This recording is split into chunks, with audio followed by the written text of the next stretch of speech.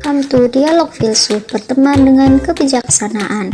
Di kesempatan kali ini, mari kita bahas apa itu filsafat. Filsafat menurut bahasa Yunani, yaitu filosofia yang artinya philos cinta dan sophia kebijaksanaan. Sehingga filsafat menurut bahasa artinya adalah cinta kebijaksanaan. Kata bijaksana atau mencintai kebijaksanaan inilah yang menjadi ciri utama dari filsafat. Kata ini seringkali dinisbatkan atas pemikiran Socrates yang dalam waktu hidupnya beliau habiskan sebagian besar waktunya untuk menelusuri makna sesungguhnya dari kebijaksanaan. Banyak sekali orang yang dijuluki atau digelari sebagai orang yang bijak atau bahkan menganggap dirinya sendiri sebagai orang yang bijak.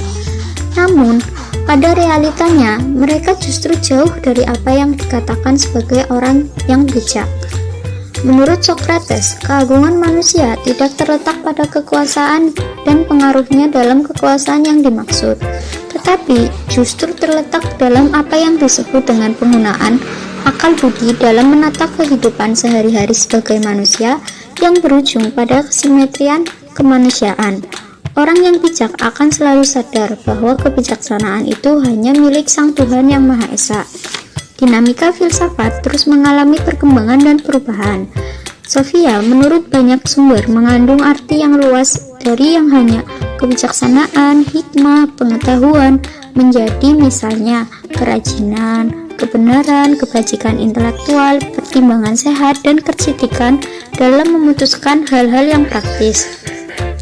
Pada intinya, mencari keutamaan mental bukan objek dari kajian keilmuan.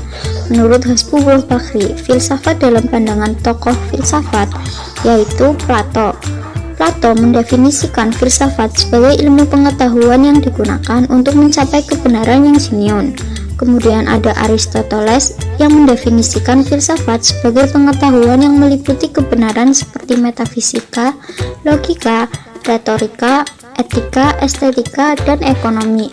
Kemudian ada Descartes yang mendefinisikan filsafat sebagai hukum ilmu pengetahuan tentang Tuhan, manusia, dan alam.